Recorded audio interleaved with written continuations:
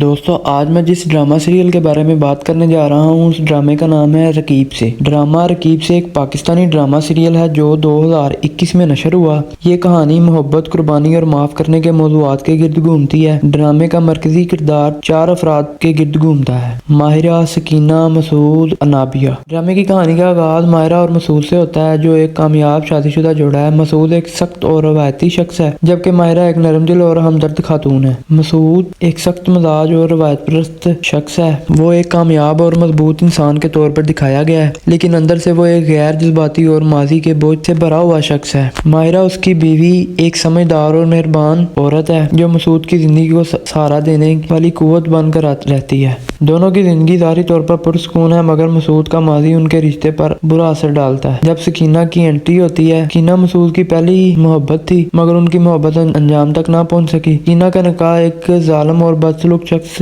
رفقت سے کر دیا گیا تھا جس کے ساتھ وہ کئی سال تک ظلم سہتی رہی۔ آخرکار سکینہ اپنی بیٹی انابیہ کے ساتھ اس ماحول سے بھاگ نکلتی ہے اور مسعود کے گھر پناہ لینے آتی ہے۔ سکینہ کی آمد ماہرہ کے دل میں مایوسی اور غیر یقینی کی کیفیت پیدا کرتی ہے مگر وہ سکینہ کے حالات کو سمجھتے ہوئے اسے اپنے گھر میں رہنے کی اجازت دے دیتی ہے۔ ماہرہ کی وسیعت القلبی اور انسانیت ڈرامے میں خوبصورتی سے دکھایا گیا ہے۔ انابیہ سکینہ کی جوان بیٹی اپنے والد کے ظلم و جبر سے آزاد ہونے کے بعد ایک نئی زندگی کی تلاش میں ہے۔ وہ آزاد خیال اور اپنے حق کے لیے لڑنے والی لڑکی ہے۔ انابیہ کی زندگی مسعود کے بیٹے عابد سے جڑ جاتی ہے لیکن ان کے رشتے کو کئی مشکلات کا سامنا کرنا پڑتا ہے، خاص طور پر مسعود کی سخت مزاجی کی وجہ سے۔ مسعود کا کردار ان پیچیدگیوں کو ظاہر کرتا ہے جو انسان کو ماضی کی غلطیوں اور فیصلوں سے آزاد نہیں ہونے دیتی۔ وہ ایک طرف اپنے موجودہ رشتے کو نبھانے کی کوشش کرتا ہے جبکہ دوسری طرف سکینہ کی موجودگی اس پر برا اثر ڈالتی ہے اور اس کے پرانے زخموں کو تازہ کر دیتی ہے۔ ماہرہ اور سکینہ کے درمیان تعلق ڈرامے کی کہانی کا اہم پہلو ہے۔ ماہرہ جو شروع میں سکینہ کو اپنی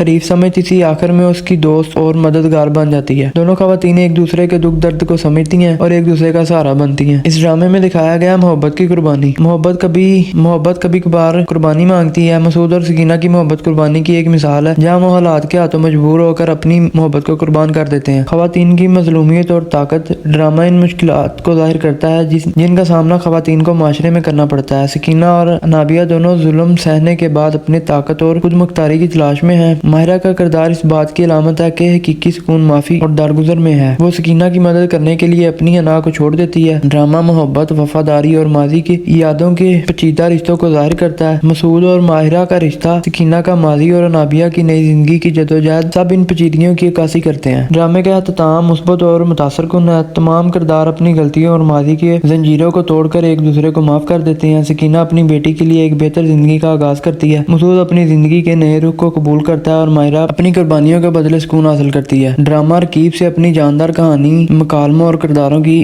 گہرائی کے باعث ناظرین کے دلوں میں جگہ بنانے میں کامیاب ہوا۔ اس کی کہانی محبت اور انسانیت کے حقیقی معنی پیش کرتی ہے۔